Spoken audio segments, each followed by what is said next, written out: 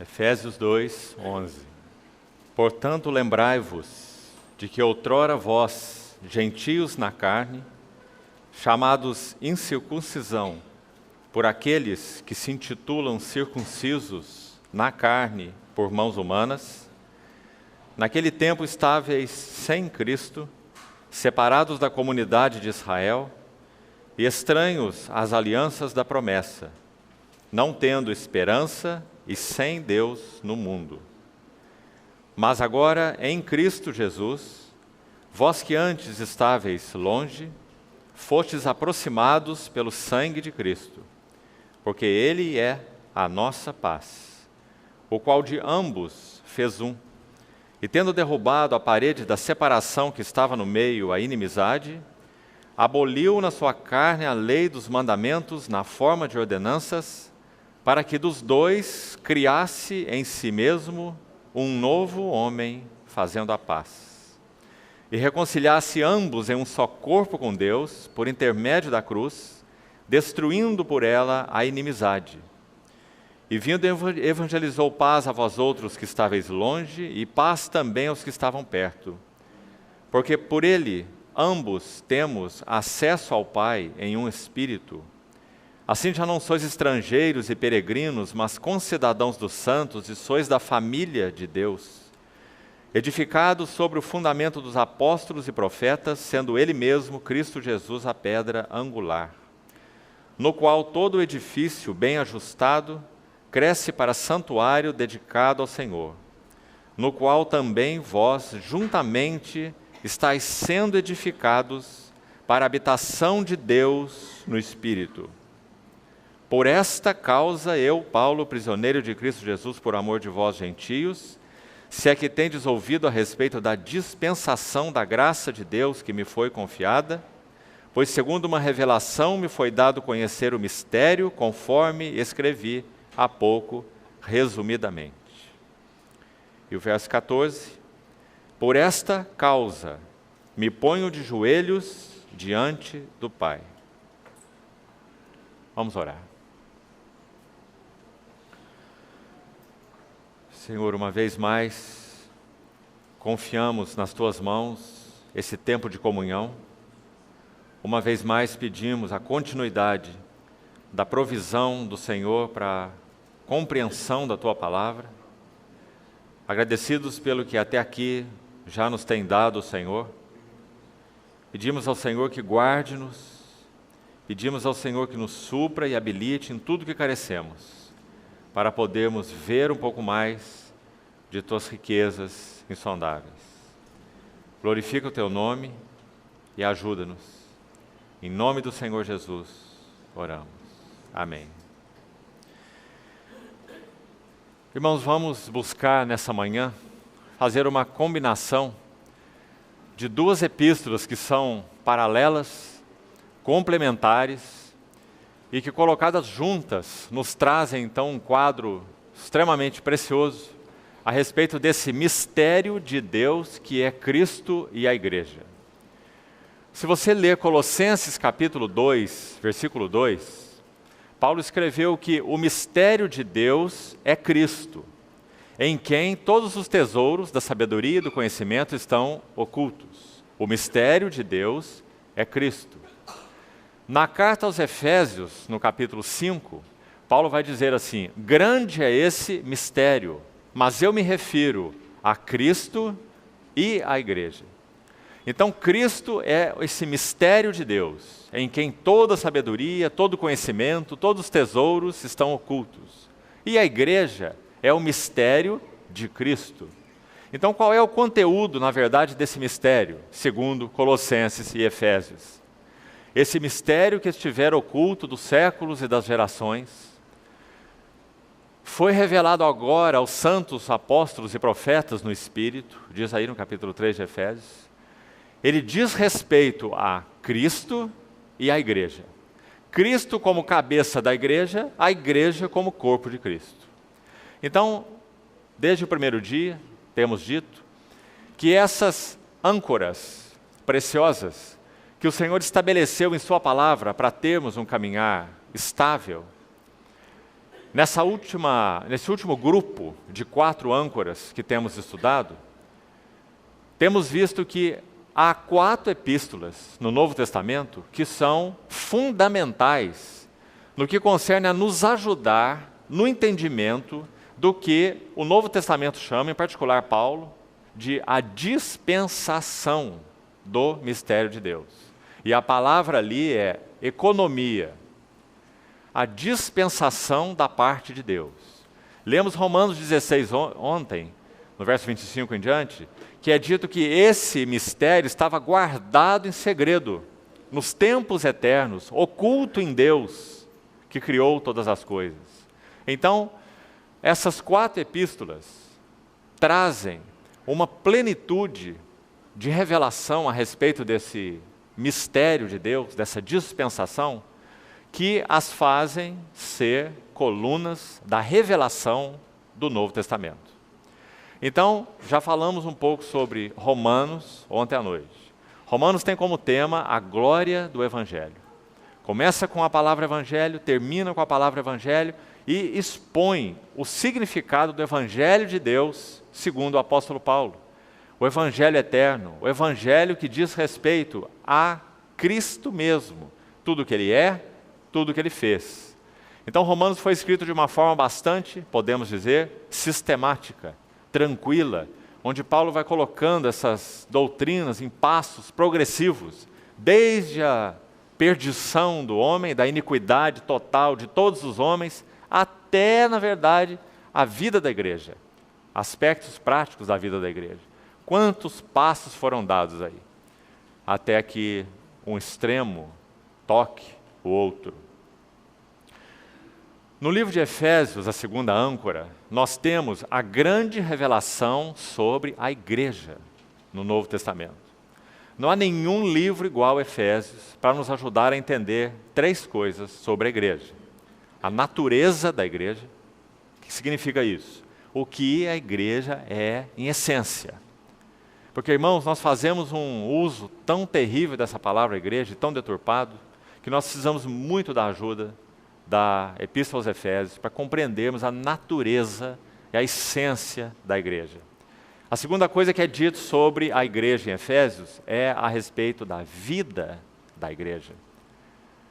O que é a igreja, então, em primeiro lugar? Natureza da igreja. Segundo lugar, como vivemos a vida da igreja. Terceiro lugar, como nós servimos na igreja. Servimos ao Senhor na igreja. Então, eu creio que é extremamente significativo guardarmos esses 3 conceitos, porque eles são determinantes nos 6 capítulos da Epístola aos Efésios. Qual a natureza da igreja? Qual é a vida da igreja? Como vive a igreja? E qual é o serviço da igreja? Nessa ordem. Sem compreender o que a igreja é em essência, como nós vamos viver a vida da igreja? Nem sabemos o que ela é. Como podemos viver a vida, servir na igreja, se não temos o entendimento nem do que ela é e nem de como ela vive? Então não podemos servir. Então essas palavras não podem ser mudadas de ordem. Natureza, vida e serviço. Nós podemos dividir essa epístola aos Efésios de maneiras diferentes. Todos os escritos densos no Novo Testamento, por terem essa densidade espiritual, eles raramente são abordados por um ângulo só, de tão ricos que são. Por exemplo, você pode estudar Efésios destacando 3 termos essenciais. A palavra paz é significativa em Efésios. Os primeiros 2 capítulos são dominados pela palavra paz. Ele é a nossa paz, Ele fez a paz, nós fomos aproximados. Então vai mostrar qual é a posição que aqueles que creem têm em Cristo. Bendito Deus e Pai do nosso Senhor Jesus Cristo, que nos tem abençoado com toda sorte de bênção espiritual nas regiões celestiais em Cristo. A palavra importante ali não é nas regiões celestiais. A palavra importante ali é em Cristo. Paulo usa essa palavra em Cristo nas suas 13 epístolas, mais de 200 vezes. De maneira direta ou indireta. Às vezes ele não usa em Cristo, mas usa nele, que é exatamente a mesma coisa. Então, direto ou indiretamente, Paulo fala sobre o em Cristo mais de 200 vezes em 3 epístolas. O que os irmãos acham desse dado? Impressionante. Porque, como já falamos, para Paulo, ser um cristão é ser um homem ou uma mulher em Cristo. E, na verdade, Paulo vai mostrar isso de 2 lados maravilhosos. Também guarde isso para sua ajuda no entendimento do Novo Testamento. Principalmente Paulo, não só ele, vai nos mostrar que, por um lado, em primeiro lugar, nós fomos colocados em união com Cristo. Nós estamos em Cristo. Isso é metade do Evangelho. Sabe qual é a outra metade? Cristo foi colocado em nós. Então, em Cristo e Cristo em nós é todo o Evangelho na visão de Paulo. Que maravilhoso. Mas, em primeiro lugar, nós precisamos ver o que nós somos em Cristo, para que então possamos apreciar o que Cristo é em nós. E essa é uma outra maneira de dividirmos Efésios. Nós vamos completar aqui a primeira maneira.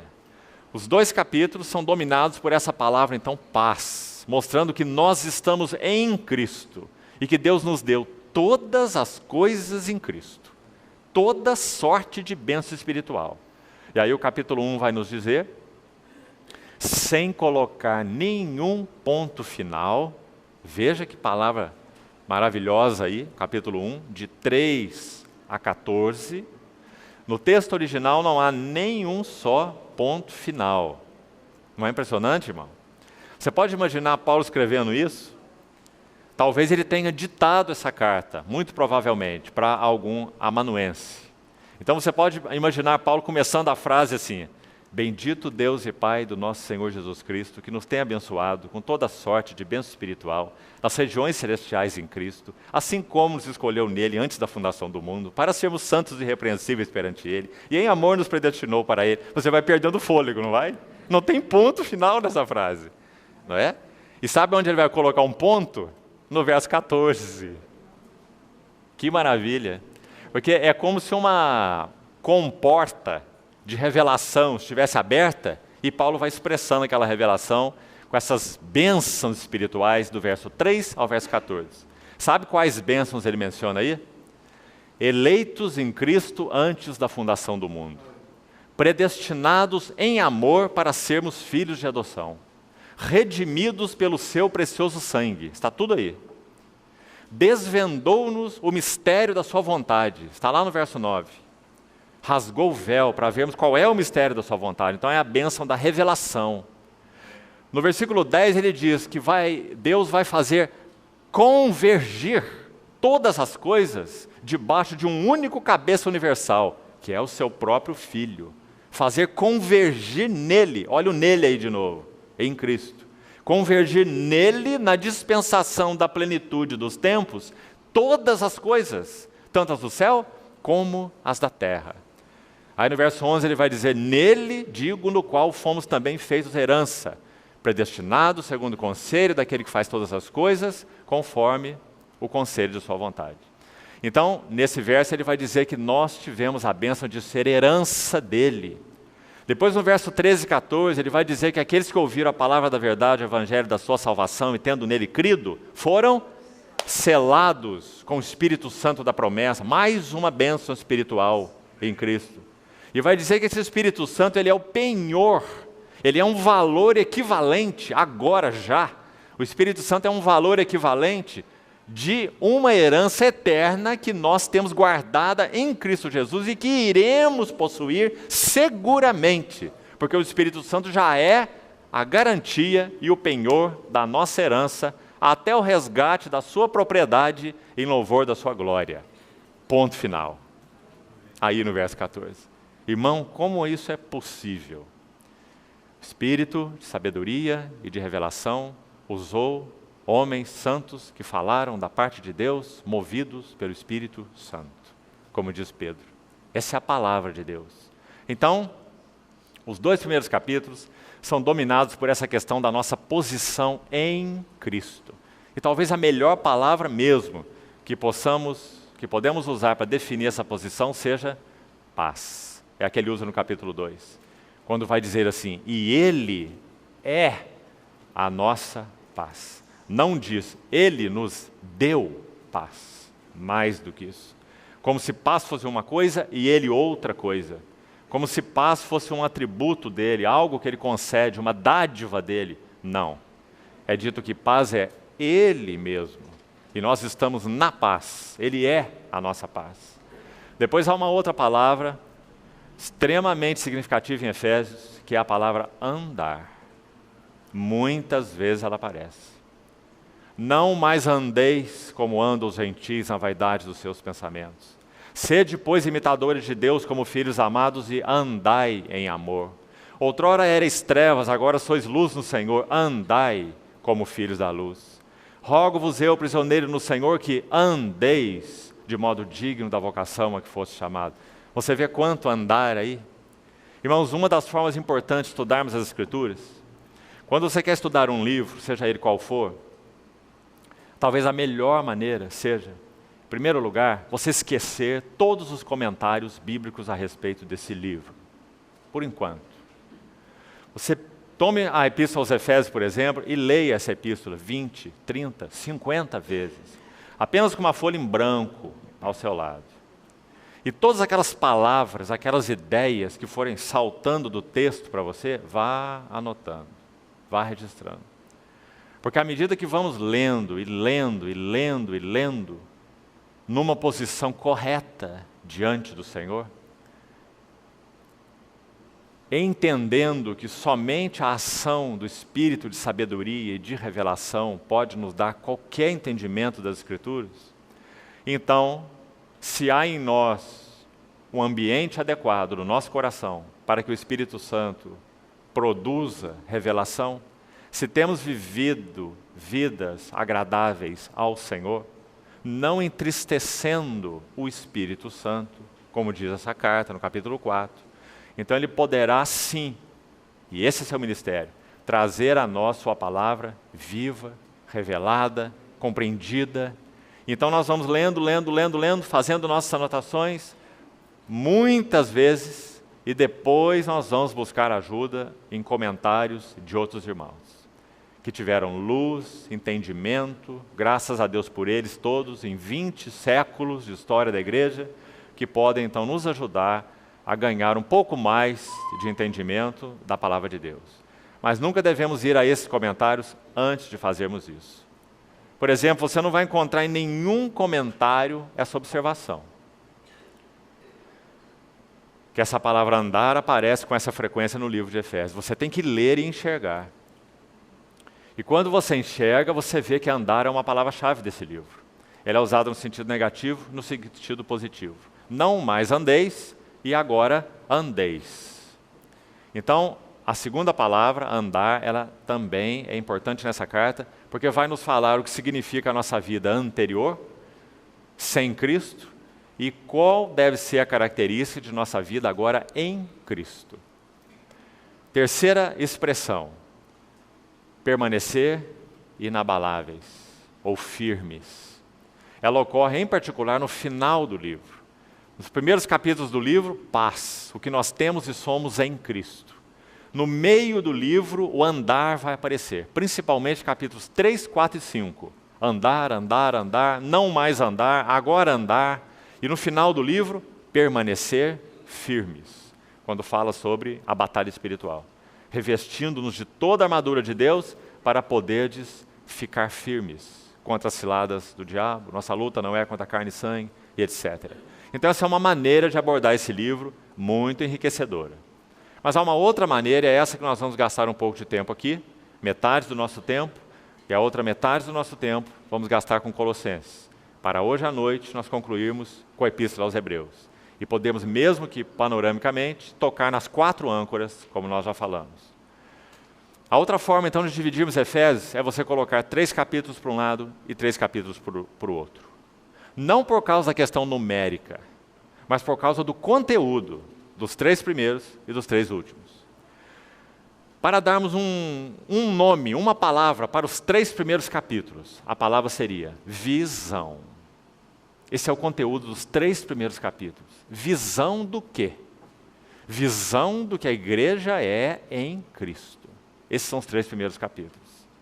E uma palavra para os 3 últimos, então. Começando no capítulo 4. A palavra seria vocação.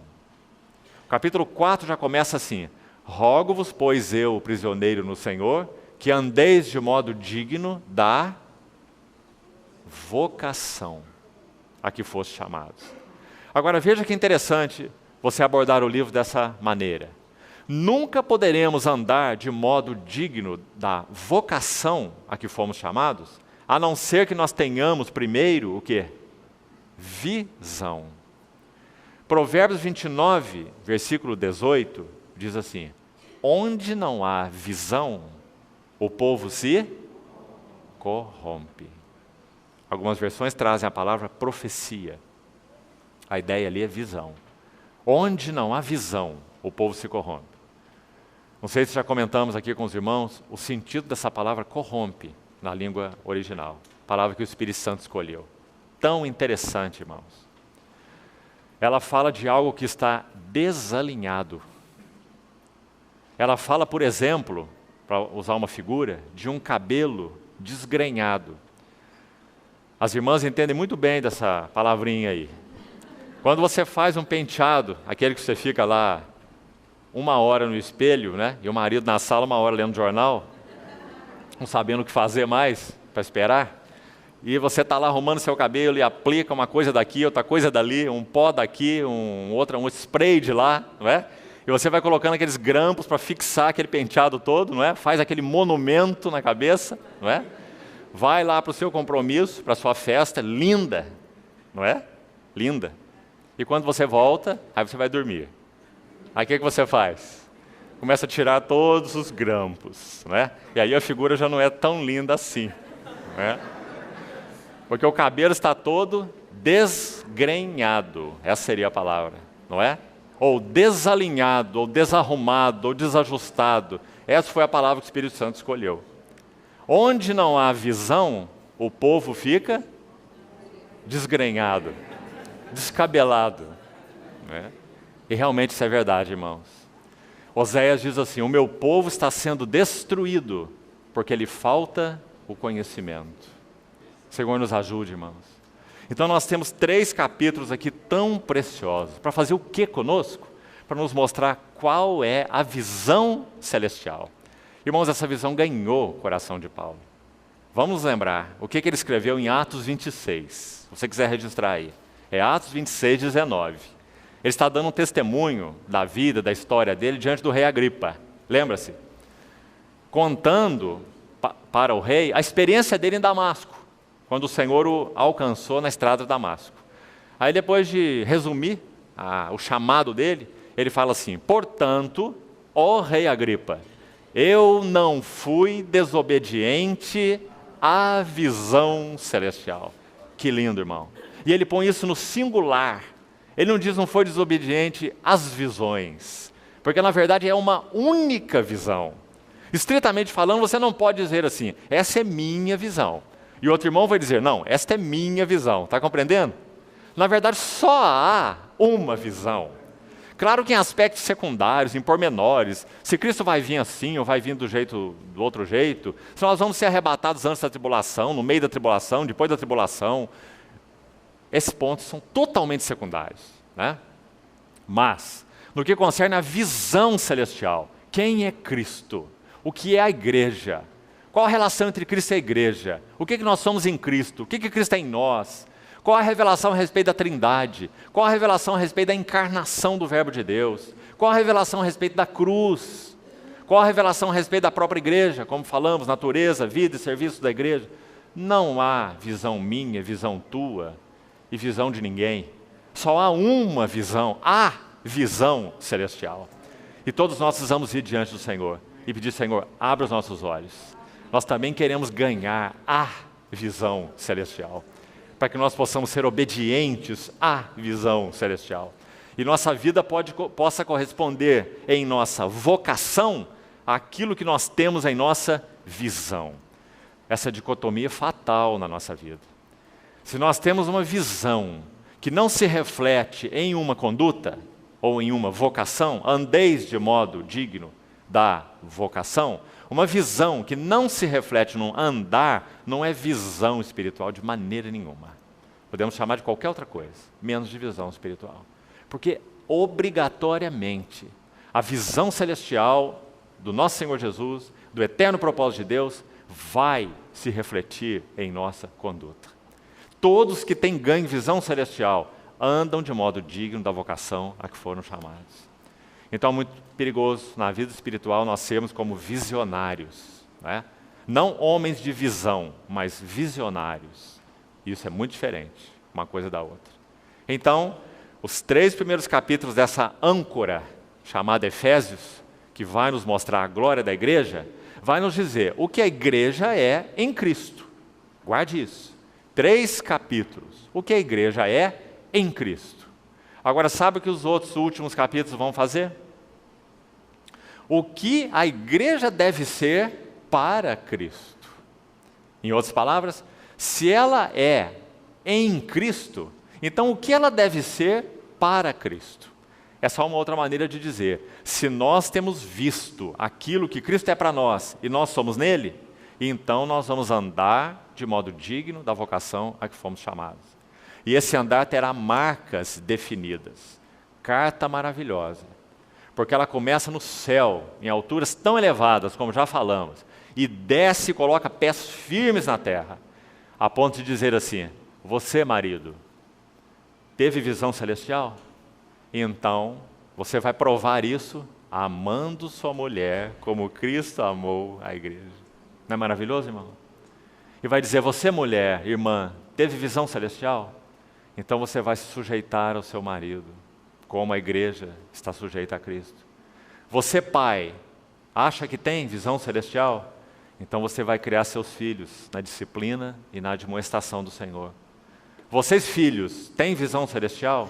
Então vão obedecer os seus pais no Senhor, porque isso é justo. Vocês, patrões, têm visão celestial? Então vão tratar os seus empregados de maneira digna. Vocês, empregados, têm visão celestial? Então vocês vão servir os seus patrões como se estivessem servindo ao próprio Senhor Jesus. Não é maravilhoso isso, irmãos? Porque ele vai mostrar que toda essa visão tem que se refletir numa vocação. É isso que essa epístola vai fazer. Então nós temos aí 2 pés muito firmes. Esse pé da visão e esse pé da vocação. Nós só podemos andar na vida cristã de modo equilibrado assim. Não basta um deles. É visão e vocação. Quanto mais a visão se amplia, mais a vocação corresponde. Quanto mais luz ganhamos, mais a nossa ética corresponde à doutrina. Não pode haver uma dicotomia entre essas 2 coisas. É um perigo. Você sabe o que significa esquizofrenia? A doença psíquica chamada esquizofrenia? Em resumo, a pessoa vive em 2 mundos. Ela se assenta no sofá da sua casa e começa a conversar com o João ao seu lado, que não existe. Mas para ela existe, o seu amigo João. Ela vive em 2 mundos.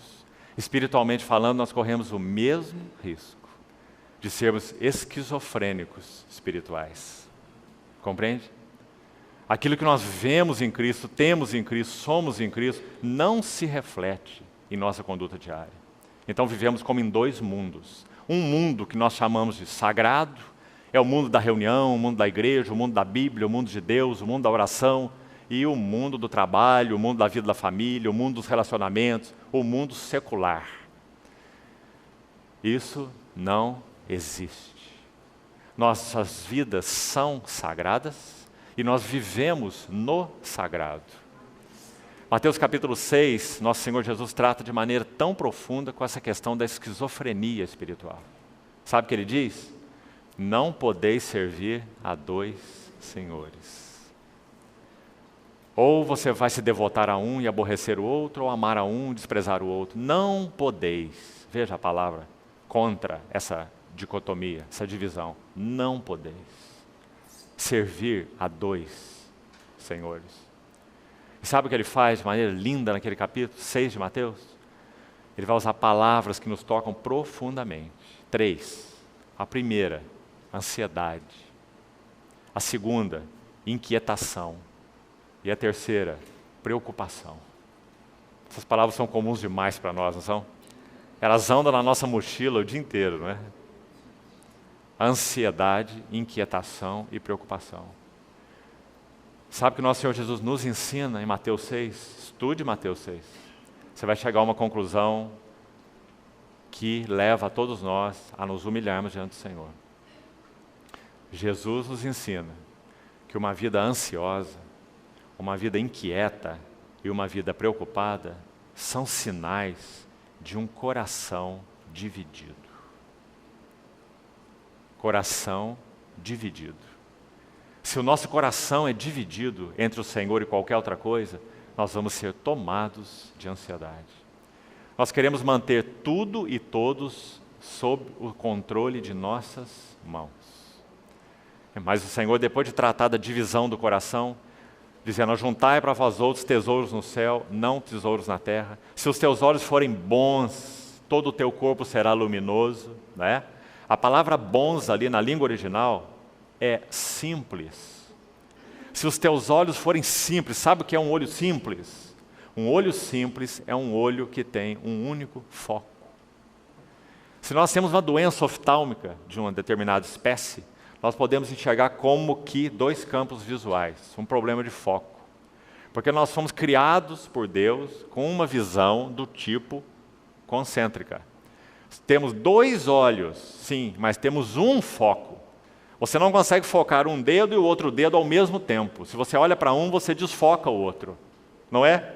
Nós só conseguimos ter um único foco. Não é assim na visão natural? É assim na visão espiritual. Foi isso que o Senhor quis ensinar em Mateus. Quando ele falou: se os seus olhos forem simples, ou seja, tiverem um só foco, todo o teu corpo será luminoso. Que impressionante, irmão. Sabe o que está escrito nesse verso? Só podemos ter visão espiritual, corpo luminoso, se nós tivermos um só foco, um só alvo. Do contrário, todo o nosso corpo estará em trevas. E ele diz: se a luz que há em ti for em trevas, que grandes trevas serão. Depois ele fala do não poder servir a dois senhores, e depois ele entra na questão que já falamos da ansiedade. Não andeis ansiosos. Se o nosso coração tem visão celestial, se nós temos conhecido o Senhor, a ansiedade realmente não cabe em nossas vidas. Não andeis ansiosos de coisa alguma, nem do comer, nem do beber, nem do vestir. Observai as aves do céu, observai os lírios do campo. Que palavra do Senhor! Nós conhecemos tão bem. Sabe como ele coloca a coroa nesse contexto, no final do capítulo 6? Buscai, pois é conclusão. Buscai, pois, em primeiro lugar. Ele está dizendo: põe aí teu coração e fica firme. Buscai, pois, em primeiro lugar, seu reino, sua justiça. Todas as demais coisas vos serão acrescentadas. Nós temos ouvido um evangelho que diz assim: busque todas as demais coisas e Deus te será acrescentado. Não é assim? Que o Senhor nos ajude, irmãos, a recuperar o nosso foco e a singularidade, a simplicidade do nosso coração. 3 capítulos em Efésios sobre visão celestial. O que nós somos em Cristo. Vamos resumir essa visão para avançarmos para o próximo livro. Qual é a visão celestial exposta em Efésios? Em primeiro lugar, Paulo fala no versículo 15 do capítulo 2 sobre um novo homem. Você vai encontrar aí essa expressão, um novo homem. O que Paulo chama desse um novo homem? A visão de Paulo é a seguinte: quando Deus plantou Jesus como seu grão unigênito na terra, se o grão de trigo caindo na terra não morrer, fica só, mas se morrer, produz muito fruto. Quando Deus planta esse grão precioso, esse grão único, esse grão glorioso, vimos a sua glória, glória como do unigênito do Pai, né? Singular, não há ninguém igual a Ele. Quando Deus o plantou, Deus tinha um propósito, que esse grão caindo na terra, isso fala da encarnação, ele morresse, para que então ele produzisse muito fruto. Quando esse grão único de Deus, unigênito, ele ressuscita, ele não mais ressuscita como unigênito de Deus. Sim, no sentido essencial, ele sempre será o unigênito de Deus. Mas quando ele é plantado na morte e ressuscita, ele ressuscita como o primogênito entre muitos irmãos. Porque agora, ressuscitado, ele tem a capacidade de repartir essa vida perfeita, essa vida triunfante, essa vida gloriosa com muitos outros filhos. Quem? João os designa assim: veio para o que era seu, os seus não receberam. Mas a todos quantos o receberam, escute, ele lhes deu o poder. Antes nós não tínhamos essa capacidade, mas nos foi dada essa capacidade. Deu-nos poder de serem feitos os filhos, no plural agora, de Deus. Antes Deus só tinha um filho. Este é o meu filho amado, em quem tenho todo o meu prazer. Mas agora, os filhos. Deu-lhes o poder de serem feitos filhos de Deus. A saber, os que creem no seu nome. E já falamos que essa palavra crer significa unir-se a, não é?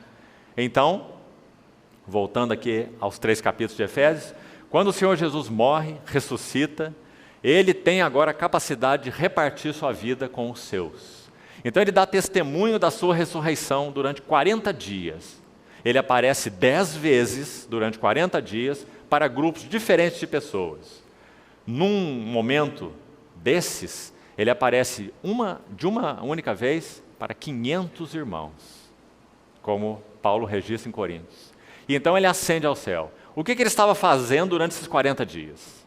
Creio que não há outra explicação, senão que ele estava treinando aqueles que o conheceram, que andaram com ele, que o viram, que o tocaram, a entrarem numa nova realidade espiritual de comunhão com ele.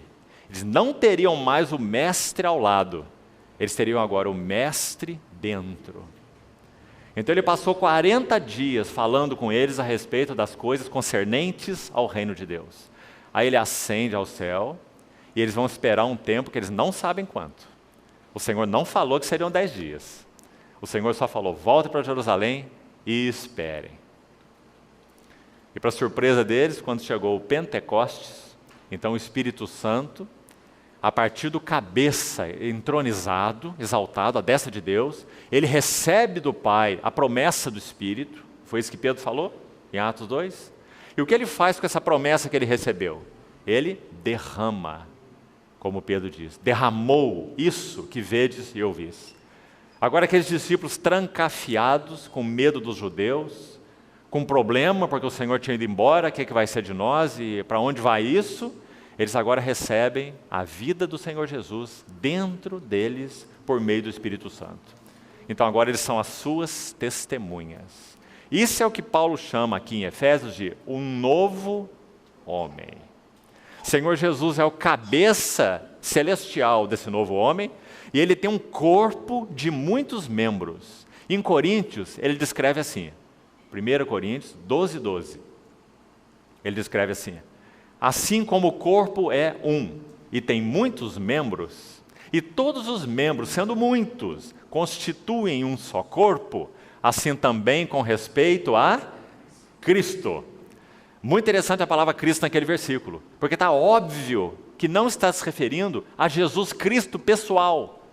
Não pode, porque Jesus Cristo pessoal, ele, o Jesus de Nazaré, tanto em carne, quanto ressuscitado, quanto glorificado, ele é uma pessoa, ele não é um corpo de muitos membros. Concorda, irmãos? Então a palavra Cristo, como Paulo usa em Coríntios 12:12, está se referindo ao novo homem da nova criação. Não a um homem pessoal, Jesus Cristo de Nazaré, mas a um homem corporativo, a um homem coletivo. Os irmãos estão compreendendo isso? Como se constitui esse homem coletivo, esse homem corporativo? Cabeça dele é Jesus de Nazaré, aquele grão único de Deus, que foi feito primogênito entre muitos irmãos. Onde está essa cabeça? No trono da glória. Mas, agora, por causa do derramamento do Espírito, ele constituiu seus filhos, seus membros. Então, assim como o corpo é um e tem muitos membros, E os membros, sendo muitos, formam um só corpo, assim também com respeito a Cristo. Isso é o que Paulo chama aqui em Efésios de um novo homem. Vamos ler o versículo de novo, 15. 2,15. Aboliu na sua carne a lei dos mandamentos na forma de ordenanças, para que dos dois, que dois são esses? Judeus e gentios. São os dois povos mencionados aqui nos versos anteriores. A inimizade que havia entre judeus e gentios, dois povos inimigos, né? O gentio considerando o judeu louco, fanático, e o judeu considerando o gentio cão, imundo. Um abismo inseparável, uma parede de separação que havia no meio, como é descrito aí, a inimizade. Então diz que o Senhor Jesus derrubou a parede da separação e dos dois povos fez um novo homem de uma nova criação. Então agora nós entendemos um texto tão conhecido nosso, 2 Coríntios 5,17. Penso que todos os irmãos sabem de cor esse versículo. Porque aquele que está em Cristo, nova criatura é. As coisas velhas já passaram. Eis que tudo se fez novo. Nós tendemos a aplicar esse versículo de modo pessoal. Ele fala mais, muito mais do que de modo pessoal. Na verdade, aquela palavra nova criatura deveria ter sido traduzida ali por nova criação. Porque está falando de um homem coletivo. Então o versículo diz assim: aquele que está em Cristo, aquele singular, não diz aqueles. Então veja que interessante. Aquele que creu, aquele que recebeu o Senhor, aquele que está em Cristo. Então aqui estávamos nós, vamos pensar assim, uma figura apartada, uma figura alienada. Quando nós cremos em Cristo, o que aconteceu conosco? Nós fomos colocados em uma realidade espiritual que Paulo chama em Efésios de um novo homem. Os irmãos estão compreendendo? Esse novo homem tem Jesus Cristo como a maravilhosa cabeça, glorioso cabeça. Ele já venceu todas as coisas, está entronizado à destra de Deus, o cabeça da igreja. E todo aquele que crê, ele é colocado em união com Cristo. Então o que o versículo está dizendo? Aquele que está em Cristo é uma nova criação.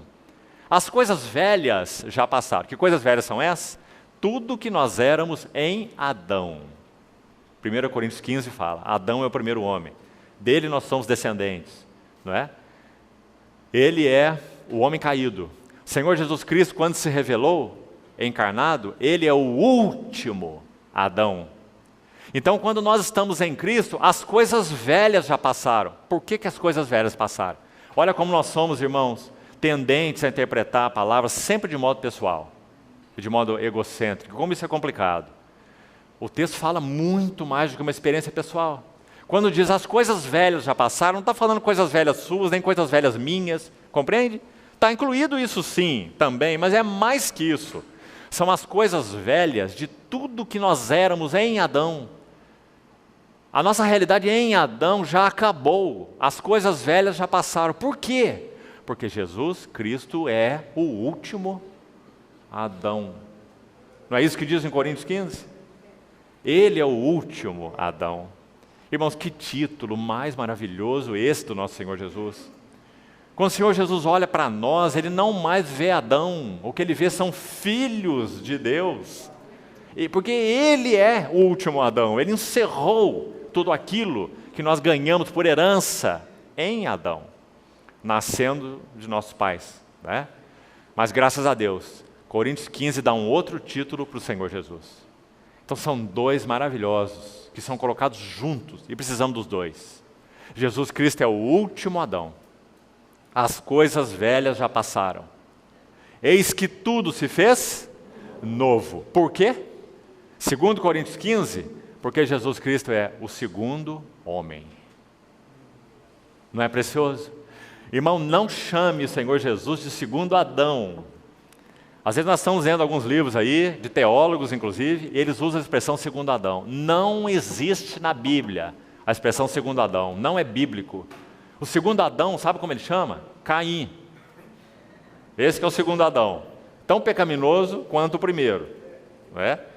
Jesus Cristo é o segundo homem, porque aos olhos de Deus existem dois homens, porque são dois cabeças de uma raça. Um cabeça se chama Adão, e em Adão todos morrem. O outro cabeça se chama Jesus Cristo. Só que para ele adquirir essa posição de cabeça, sabe o que ele teve que fazer? Ele teve que vir segundo a carne da descendência de Davi. Ele não veio aqui direto por um caminho celestial, ele veio por um caminho humano. Ele foi gerado no ventre da Virgem. Por quê? Porque ele iria recuperar o homem ao eterno propósito de Deus. Então o Espírito Santo preparou no ventre de Maria um corpo. Sacrifício e oferta não quiseste, antes um corpo me preparaste. E o que esse homem disse? Eis aqui estou. Veja, irmão, no rolo do livro está escrito a meu respeito, para fazer, ó Deus, a tua vontade. Como nosso irmão nos lembrava, submeteu voluntária e alegremente a sua vontade à vontade do Pai. Obediente até a morte, e morte de cruz. E por isso, preste atenção no por isso, é que Deus o exaltou soberanamente. Viu por isso aí? Sabe o que significa o por isso? Jesus está sentado no seu trono, à destra do trono de Deus, por mérito. Todos nós participaremos com Ele do seu trono, Ele nos fez essa promessa de reinar com Ele, por graça. Mas Ele está sentado naquele trono por mérito. Não é maravilhoso? Nós temos um Redentor por mérito. Ele é merecedor de tudo que Ele obteve. Hebreus diz que Ele herdou um nome que está acima de todo nome. Que Ele tem um nome superior aos anjos. Foi ungido com óleo de alegria mais do que os seus companheiros, que ali são anjos. Não é precioso, irmão? Por quê? Porque Ele nasceu como homem, homem real, homem pleno, como já falamos, com espírito humano, com alma humana, com corpo humano, com tudo que o homem tem, 100% homem e também era 100% Deus. Então viveu uma vida humana provada, tentada, apertada, e quanto mais ele era provado, apertado, encurralado, sabe o que extravasava dele? Um incenso moído para as narinas do Pai. Obediente, obediente. Este é meu filho amado, em quem me comprazo. Então, num dado momento, após a cruz, o Pai intervém de novo, ressuscita seu filho. Como já falamos, era impossível que a morte o detivesse, porque o salário do pecado é a morte. Agora o Senhor Jesus entra na morte sem ter pecado. A morte está com problemas. Porque entrou alguém nela sem pecado. Um estranho no ninho. Jonas no ventre do grande peixe. Você sabe quando Jonas entrou lá, o peixe é que ficou com problema, não é? Ele passou 3 dias ali como figura da morte, sepultamento do Senhor, e ele teve que vomitar o Jonas na praia. O dia que o Senhor Jesus morreu foi o dia da morte da morte. A morte morreu na morte de Cristo. Quando Ele morre, Ele destrói a morte. Então, irmãos, depois que o Senhor Jesus assume o seu trono, por mérito, então Ele derrama o seu Espírito Santo para constituir aqueles que creem um só com Ele.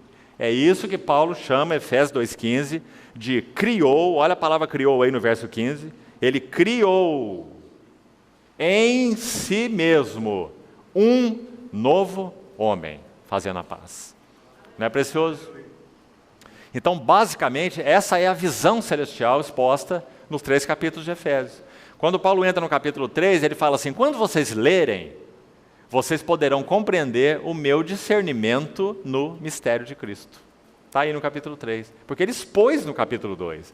Então precisamos muita dedicação, o que nós não vamos ter tempo de fazer agora. Nós estamos, como ele disse aqui mesmo no 3, falando resumidamente. Você precisa ler o capítulo 2 atentamente, palavra por palavra, para que então nós compreendamos qual é a visão celestial. Um pequeno complemento sobre ela e vamos avançar. Paulo menciona a Trindade no final do capítulo 2 de Efésios. Ele menciona o Pai, confira aí, o Pai no verso 18, o Espírito no verso 18 também, acesso ao Pai em um Espírito. Ele menciona no versículo 20 o Senhor Jesus. O fundamento dos apóstolos e profetas é o próprio Cristo Jesus, a pedra angular. Ele diz no versículo 22 que nós estamos sendo edificados para a habitação de Deus, como? No Espírito. Então agora vamos chamar a atenção aqui para o seguinte. Quando, da consumação do eterno propósito de Deus, 3 coisas maravilhosas vão acontecer, segundo a visão do capítulo 2. Preste atenção nelas. Quando Deus terminar sua obra na igreja, em primeiro lugar, o Pai eterno, Pai celestial, estará completamente satisfeito, porque Ele vai olhar para nós e Ele vai ver, Ele é o Pai celestial, Ele vai ver uma família de filhos. O que o Pai busca? Filhos. Uma família de filhos. Mas não filhos de qualquer maneira. Ele irá olhar para nós e vai ver uma família de filhos parecida com o seu único e amado Filho. Não é maravilhoso isso? Nós não seremos uma obra inacabada não, irmãos. Nós seremos uma obra acabada. Aquele que começou uma obra em vós, boa obra, ele é fiel. Nenhum dos seus planos pode ser frustrado. Ele há de completá-la até o dia de Cristo Jesus. Então, qual vai ser a satisfação do eterno Pai Celestial? Olhar para a família de filhos e ver que os seus filhos são parecidos com o seu filho, o primogênito entre muitos irmãos. Segunda satisfação, agora é a pessoa do Filho. Deus é triuno, 3 pessoas distintas, uma única essência, um único Deus. Qual será a satisfação do Filho? Na verdade, dupla. O Filho terá um corpo para se expressar plenamente, de tal forma que quando olharem para a igreja, seja anjos ou sejam demônios, sabe o que vai acontecer com eles? Eles estarão assombrados. Efésios 3,10 diz assim, é pela igreja que a multiforme sabedoria de Deus se torna conhecida, de principados e potestades nos lugares celestiais. Não é lindo, irmão? Então, o Senhor Jesus, o Filho, Ele terá um corpo no qual Ele pode se expressar plenamente. Mas há um outro aspecto ainda ligado ao Filho. Esse corpo no qual Ele poderá plenamente se expressar, também será para Ele uma esposa, uma noiva, com o qual Ele terá núpcia eterna. Seremos introduzidos em um relacionamento de amor com Ele, que o que nós chamamos hoje, experimentamos hoje pela graça de Deus, chamado casamento, não terá nenhum sentido na eternidade. Não se casam e nem se dão em casamento. Por quê? Porque isso que nós experimentamos hoje, por mais precioso que seja, e é, a relação conjugal, marido e mulher, aos pés do Senhor, ela será nada, ela é só uma sombra diante do que nós seremos introduzidos como noiva do Cordeiro. Bem-aventurados são os que são chamados para a ceia das bodas do Cordeiro, cuja esposa, a si mesma, já se ataviou. Não é? Então o Filho terá essa noiva, com o qual terá núpcias eternas. Comunhão, vida, relacionamento, serviço, tudo está envolvido. E o Espírito Santo, a terceira pessoa, o que ele terá? Qual a satisfação dele? Está aqui no versículo 22. Nós estamos sendo, então esse processo já está acontecendo, graças a Deus, hoje, sendo santificados, sendo transformados de glória em glória na sua própria imagem. Para quê? Para que nós sejamos edificados juntos para a habitação de Deus no Espírito. Então vamos resumir assim: o Pai terá uma família, sua plena satisfação. O Filho terá um corpo e uma noiva. E o Espírito Santo terá um templo, ou um santuário. Então a Trindade estará completamente satisfeita. Irmãos, se isso é assim, então precisamos dar lugar ao trabalho da cruz profundo nos nossos corações. Porque se o Espírito Santo está desejando um templo, nós não podemos viver como pedras isoladas. Mas para que as pedras sejam justapostas na casa de Deus, não basta que elas sejam aproximadas, elas têm que ser aparadas, ajustadas. Isso é muito importante. As tábuas do tabernáculo, quando se tocavam, elas eram essencialmente de madeira, revestidas de ouro. Os irmãos se lembram? Ouro na Bíblia fala da natureza de Deus, da glória de Deus, da vida de Deus. Isso é o ouro. Aquelas tábuas só podiam ter comunhão, só podiam estar justapostas, bem encaixadas, ouro com ouro, porque eram revestidas de ouro. Nós só podemos ter comunhão na medida em que a natureza, a vida e a glória de Deus aparecem em nós. Irmão, comunhão de personalidade é assunto de clube social. Comunhão por simpatia, todos os grupos sociais do mundo têm. Ou falta de comunhão por antipatia, também é o que todo mundo vive. A igreja não tem comunhão por simpatia e nem falta de comunhão por antipatia. A igreja tem comunhão no Espírito, porque Cristo está sendo formado na igreja. Então, para que essas pedras sejam ajustadas e edificadas como um templo espiritual, nós precisamos ser aparados. E o que nos apara? O trabalho da cruz em nós. A ação da palavra de Deus e a ação da providência de Deus, das circunstâncias, nos quebrando, nos quebrantando, nos ajustando, para que nós possamos ser justapostos. Se você compra um terreno nessa cidade, passa a sua escritura de propriedade, legalmente você pode dizer que o terreno é teu, né? E por direito constitucional, ninguém retira esse terreno de você. Você tem a escritura. Aí você compra 20 mil tijolos para construir sua casa. Coloca no terreno. Você tem um terreno com escritura de propriedade e 20 mil tijolos. Mas você não tem uma casa. Certo? Você não pode chamar os seus amigos e dizer, vamos visitar minha casa. Não tem casa. O que precisa acontecer? Os tijolos precisam ser justapostos. Isso é o que está acontecendo aqui, no verso 22. Está dizendo, nós estamos juntamente sendo, olha o gerúndio aí, juntamente sendo edificados para a habitação de Deus no Espírito. Então temos que permitir que o Espírito Santo trabalhe a cruz nas nossas vidas, removendo aquilo que não é e acrescentando aquilo que é Cristo em nós, para que nós possamos ser verdadeiro templo de Deus. Senão, amados, nós podemos ter tudo, liturgia, serviço religioso, música, reunião, o que for necessário, mas não teremos um templo no qual o Espírito Santo possa habitar. Os irmãos percebem? Porque isso é uma realidade espiritual, não é uma realidade institucional. Então que o Senhor nos ajude a vermos com clareza essa visão celestial nos 3 primeiros capítulos. Os 3 últimos, nós não vamos tocar neles, para podermos falar um pouquinho, pelo menos, do livro de Colossenses, essa terceira âncora. Mas se você ler esses capítulos, apenas de modo breve, você vai ver que tudo aí é sobre vocação. Então a consequência da visão celestial é um andar de modo digno da vocação. Um andar em humildade, um andar em mansidão, suportando, sendo suporte uns aos outros em amor, preservando a unidade do Espírito, não permitindo que nada se interponha na unidade do Espírito que temos, nada peleje contra a unidade do corpo de Cristo, nada nos afaste uns dos outros como membros desse corpo. Desafio muito severo que nós temos que enfrentar no Senhor e pagarmos o preço para vivermos uma comunhão em amor, suportando-nos. Então ele entra na vida doméstica, como já falamos, e tudo que diz respeito à nossa vocação. Então, esse é o assunto, basicamente, da Epístola aos Efésios. Visão celestial, vocação celestial. Se temos visão, andamos de modo digno da visão, da vocação que recebemos do Senhor. Com essas marcas que estão aí nos capítulos 3, 4 e 5. Epístola aos Colossenses. 4 capítulos, Epístola aos Colossenses. A ênfase dela fica clara quando você lê com atenção. É a glória de Cristo.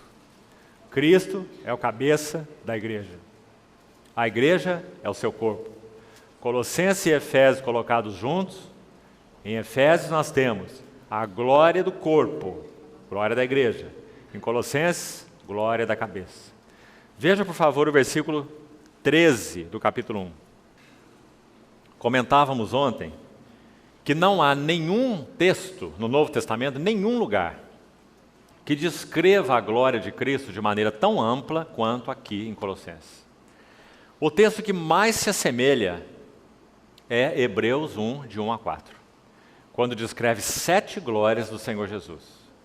Os primeiros 4 versículos de Hebreus, no capítulo 1. Ainda assim, eles são mais concisos do que esse texto de Colossenses. Como o tema de Colossenses é a glória da pessoa e obra de Cristo, nós vamos falar um pouquinho sobre alguns aspectos desses versos a partir do 13. Primeira coisa, vá anotando na sua Bíblia, a palavra primogênito. Lembra que nós falamos para você ler um livro da Bíblia com uma folha em branco do seu lado? Você também não vai encontrar isso aqui em comentário nenhum, mas se você ler a carta, ele vai saltar aos seus olhos. A palavra primogênito, ela aparece no versículo 15 e ela aparece no versículo 18. Localize aí. Só essas 2 vezes. E ela é abordada de forma diferente, e nós vamos ver por quê. No verso 15 é dito que Jesus é o primogênito do quê, irmão? De toda a criação. E no versículo 18, ele é primogênito do quê? De entre os mortos. Sabe o que está acontecendo aí? Essa palavra primogênito faz as divisões. Quando ela é colocada aqui primeiro, do lado de cá, primogênito de toda a criação. Sabe o que tem debaixo dela? Tudo que Jesus é como sendo o verbo eterno de Deus. Como o verbo eterno de Deus, ele é o Criador. Nele foram criadas todas as coisas. Então ele é o Criador.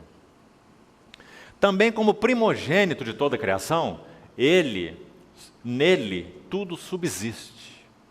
Cada palavra dessa é maravilhosa. Sabe qual é a ideia de subsiste na língua original? Todas as coisas criadas, o universo, os planetas, as galáxias, a nossa vida, o macrocosmo, o microcosmo, todas as coisas criadas têm uma perfeita ordem e uma harmonia e uma coesão. A palavra no original é coesão. Todas as coisas criadas têm coesão em Cristo. Acho que todos aqui já estudaram um pouco de física e de química, não já? Na escola básica. Você lembra quando a gente estuda aquelas camadas eletrônicas? Lembra? Você lembra disso na escola? Você lembra que o núcleo do átomo é formado de prótons e nêutrons, né? Envolvido por uma camada de elétrons que circulam em diferentes níveis. Não é assim? Por que eles circulam daquela maneira e não chocam uns com os outros? Por que você tem uma camada de menos energia, de mais energia, muito bem regulada e muito bem ajustada? Isso no microcosmo, não é assim? Agora vamos pensar no macrocosmo. Por que em galáxias você tem um astro central e todos os outros gravitando em torno dele em perfeita ordem? Por que eles não se chocam? Por que não vira tudo uma confusão? Sabe qual é a explicação? Nele tudo subsiste. O Senhor Jesus é quem dá coesão na pessoa dele ao macrocosmo e ao microcosmo. Sabe o que isso significa, irmão? A aplicação disso? Se no caráter do Senhor Jesus pudesse haver qualquer deturpação, qualquer mácula, todo o universo entraria em desintegração, colapso, corrupção. Porque é nele que tudo subsiste. Não é maravilhoso? Tudo nele se mantém coeso. Agora, sabe uma aplicação extremamente prática para nós? Vamos pensar assim. Se você tiver, porque como homens naturais temos uma herança ainda em nossos corpos decaídas, nós temos um corpo que está envelhecendo, que está indo em direção à morte. Isso só vai ser resolvido pelo nosso Senhor, né? A sua gloriosa vinda. Então, se nós experimentarmos aqui na nossa história um problema celular, vamos pensar, uma doença, um câncer, uma proliferação descontrolada de qualquer célula, sabe que confiança que nós temos que ter? Nele tudo subsiste. Ele governa todas as coisas. Cada célula, cada planeta é governado por Ele mesmo. Nele tudo subsiste. Então nós podemos ter descanso, segurança, confiança. Até mesmo no que concerne a decomposição de nossos corpos, seja por doença ou seja natural, a nossa confiança é a mesma. Por quê? Porque nós sabemos que Ele vai tornar a congregar, né, agora em um corpo espiritual, todas as coisas. Sabe o que Filipenses fala?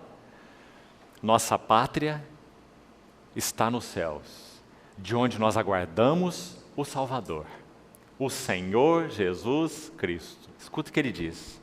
Ele transformará o nosso corpo de humilhação para ser igual ao corpo da sua glória. Segundo o poder que ele tem, escute, o poder que ele tem de subordinar a si todas as coisas. Não é precioso, irmão? E sabe por que é assim? Porque nele tudo subsiste. Que frase é essa?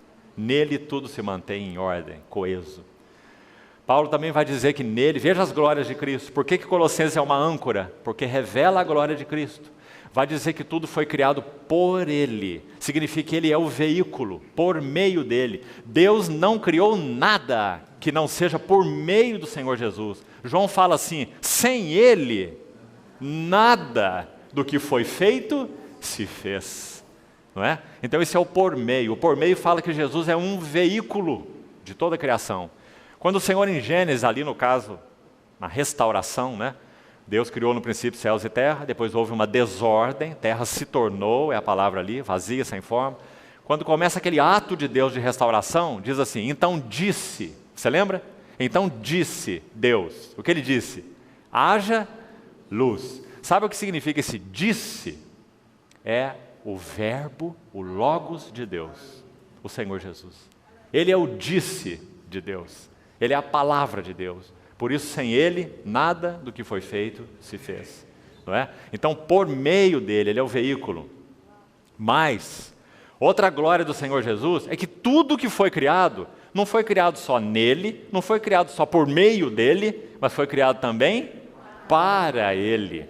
Significa que Ele é alvo de tudo o que foi criado. Isso tem muita implicação. Primeira, a coisa mais sábia que nós fazemos na nossa vida é permitir que o Espírito Santo faça convergir tudo que há em nós na pessoa do Senhor Jesus. Porque tudo que foi criado para Ele. Nossa vida não vai encontrar propósito, não vai encontrar sentido, não vai encontrar razão, se não convergir nele, não convergir para Ele. Um servo de Deus do século passado, chamado Otmani, um dos que cooperou numa obra maravilhosa do Senhor na China, onde centenas de igrejas locais foram estabelecidas na China. Foi preso durante 20 anos numa prisão comunista, por nada, porque amava o Senhor, foi lançado naquela prisão. E ele já, no final dos seus dias, ele escreve uma pequena oração, e essa oração saiu da prisão, e nós então a conhecemos, na qual ele escreveu assim, Senhor, eu passaria tudo isso de novo, sua prisão, suas aflições, por causa do nome de Cristo, Senhor, eu passaria tudo isso de novo, não por causa da tua igreja, e nem por causa de tua obra, mas por ti mesmo.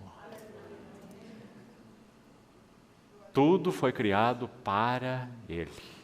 Quando Maria de Betânia quebra o vaso de alabastro e derrama o nardo precioso na cabeça do Senhor Jesus, ouve-se aquela voz, que desperdício. Porque esse perfume é caro, podia ser vendido e muitos pobres iam ser ajudados. Sabe o que o Senhor diz? Os pobres sempre os tendes consigo, mas a mim nem sempre me tendes. O que ela fez, Maria, onde for pregado o Evangelho, em todo o mundo será contado o que ela fez para a memória sua. O que significa esse versículo? O propósito do Evangelho é nos derramarmos para o Senhor Jesus. O propósito do Evangelho não é nos tornar funcionários do reino. Compreende? Graças a Deus pela igreja, graças a Deus pela obra de Deus, mas a finalidade do Evangelho é nos levar a nos derramar para o Senhor mesmo. E por quê? Porque todas as coisas são para Ele, e Ele é o herdeiro de todas as coisas. Que o Senhor ganhe em nossos corações, irmão. Nós somos inúteis para a igreja, e somos inúteis para a obra de Deus, se nós não temos o foco no Senhor mesmo, se nós não somos para Ele. Então, quanta expressão maravilhosa da glória de Cristo existe nesses versículos. Nós estamos dando só umas pinceladas. Você precisa estudar esse texto. É dito que ele é a imagem do Deus invisível. Fala de um anel de selar. Quando os reis ou nobres, autoridades, tinham aqueles anéis no seu dedo, e iam escrever um documento, selar uma carta qualquer, eles colocavam uma cera líquida. Aquela cera própria, derretida na vela e colocada sobre um documento. E ela então endurecia rapidamente e aquela pessoa pegava o seu anel e batia na cera. Aquilo produzia na cera uma imagem, um brasão lá da família, da autoridade, seja o que for. Então aquela marca na cera era idêntica à sua contraparte no anel. Essa foi a palavra que o Espírito Santo escolheu aí, para dizer, Jesus Cristo é a imagem do Deus invisível. Como que dizendo, esse anel, o Deus invisível, ninguém vê, ele é o Deus invisível. Mas nós vemos a sua imagem aqui nessa cera. O Senhor Jesus disse, quem me vê a mim, vê o Pai. Porque ele é a imagem do Deus invisível. Que maravilhoso, irmão. É dito ainda no texto que ele reconciliou todas as coisas quando ele morreu e ressuscitou. De novo, olha como nós somos pessoais quando lemos a Bíblia, não é? Quando ouvimos a palavra reconciliação, sempre aplicamos para nós em primeiro lugar. Na verdade, ela é aplicada para nós em segundo lugar. Porque o Senhor Jesus morreu para reconciliar consigo mesmo todas as coisas, tanto as do céu como as da terra. Quando Lúcifer almeja o lugar do Filho de Deus e é julgado por isso, por causa de sua soberba, e o pecado, ele e 1/3 dos anjos são julgados, e o pecado entra no Éden através dele, naquela forma da serpente no Éden. Então há uma mácula no universo de Deus, uma mácula. Quando o Senhor Jesus morreu, se fez homem, obedeceu voluntariamente a Deus, honrou o nome de Deus como homem, um representante humano, e ele é ressuscitado e glorificado, e então ele reconcilia com Deus todas as coisas dos céus e da terra. Sabe o que isso significa? Quando o Senhor Jesus se revelar de novo na sua segunda vinda, inclusive aqueles que estão debaixo da terra, isso fala das esferas caídas, eles dobrarão os seus joelhos. Filipenses 2, todo joelho no céu, na terra e debaixo da terra, se dobrarão e confessarão, Jesus Cristo é o Senhor. Esse já é um privilégio que nós temos hoje de fazer. Nós fazemos isso agora, porque nós tivemos revelação de quem Ele é. Mas vamos saber que um dia, demônios irão fazer. Só que eles não irão fazer para a sua salvação. O demônio não vai ser salvo. O demônio não pode ser regenerado. Eles vão fazer como uma confissão de que Jesus é reconhecido como o único Senhor. Seus joelhos se dobrarão. Por quê? Porque o Senhor Jesus reconciliou consigo mesmo todas as coisas, tanto as do céu como a terra. Quando Ele se revelar na sua segunda vinda, não haverá mais esfera de oposição no universo de Deus. Ele irá acabar com essa esfera de oposição. Não entendemos que Ele vai aniquilar nem o diabo, nem os demônios e nem os homens perdidos. Não vai aniquilar nada. Mas Ele irá colocar numa esfera onde não haverá nenhum tipo de oposição. E isso significa ordem. Porque, de certa forma, amados, hoje em dia há uma esfera, embora debaixo da potente, soberana mão de Deus, há uma esfera que podemos chamar de esfera de rebelião nesse universo. E o Senhor Jesus vai lidar com ela quando da sua segunda vinda.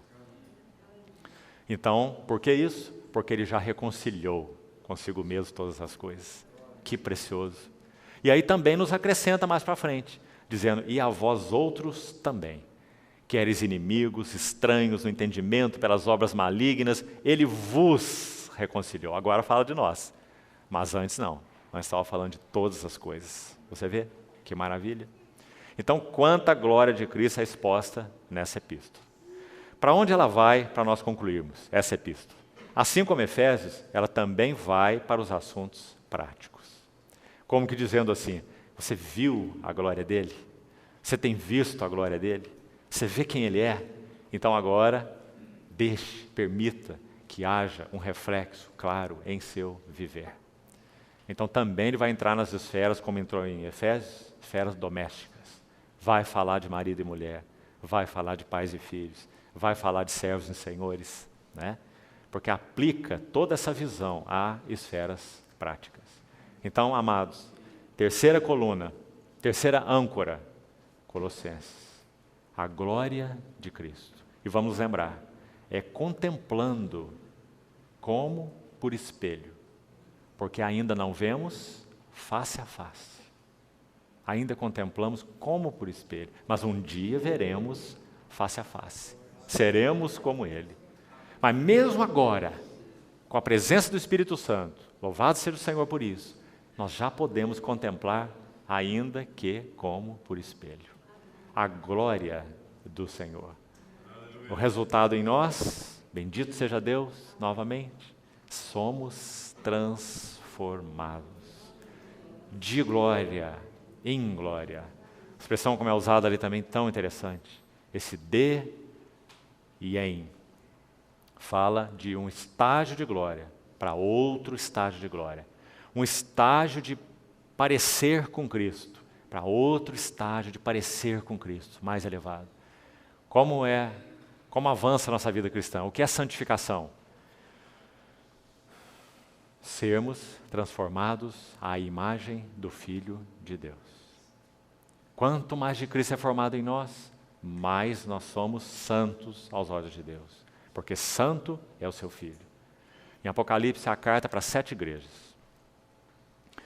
Tudo que o Senhor Jesus busca nas 7 igrejas é aquilo que Ele mesmo é.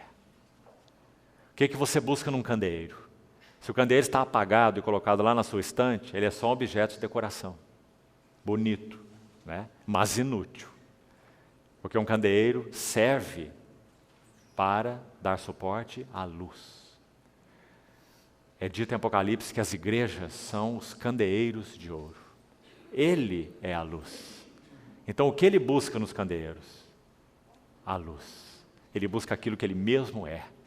O Senhor nunca vai requerer de nós aquilo que Ele não nos tenha dado. Aquilo que Ele demanda é aquilo que Ele já nos deu. O que Ele já nos deu? Toda sorte de bênção espiritual nas regiões celestiais em Cristo. Então, amados, vamos permitir que o Espírito Santo trabalhe mais profundo nas nossas vidas. Ganhe tudo que há em nós. O que conta para Deus é o quanto de Cristo está envolvido em qualquer assunto. Pode ser um assunto pessoal, assunto familiar, assunto doméstico, assunto da igreja, assunto da obra de Deus. Nada impressiona Deus. Números, avanços, estratégias, nada impressiona Deus. Deus só se impressiona com seu Filho. Esse é meu Filho amado. O que conta para Deus é o quanto de Cristo está envolvido, em qualquer assunto. Então que o Senhor encontre mais caminho, amados, no nosso coração. Vamos orar. Senhor, obrigado uma vez mais, porque o Senhor nos deixou essas preciosas âncoras de revelação na Tua Palavra. Queremos, Senhor, ter nossa segurança e nosso descanso ancorados desta maneira. Por isso, Senhor, ilumina o nosso entendimento, para que vejamos e conheçamos bem a Tua Palavra. Nos dá realmente visão celestial, espírito de sabedoria e de revelação, para que possamos viver de modo digno do Senhor. Obrigado por esse chamamento precioso. Completa, Senhor, aquilo que o Senhor já começou em nossas vidas. Confiamo-nos, uma vez mais, às Tuas mãos. Bendito é o Teu nome. Oramos em nome do Senhor Jesus. Amém.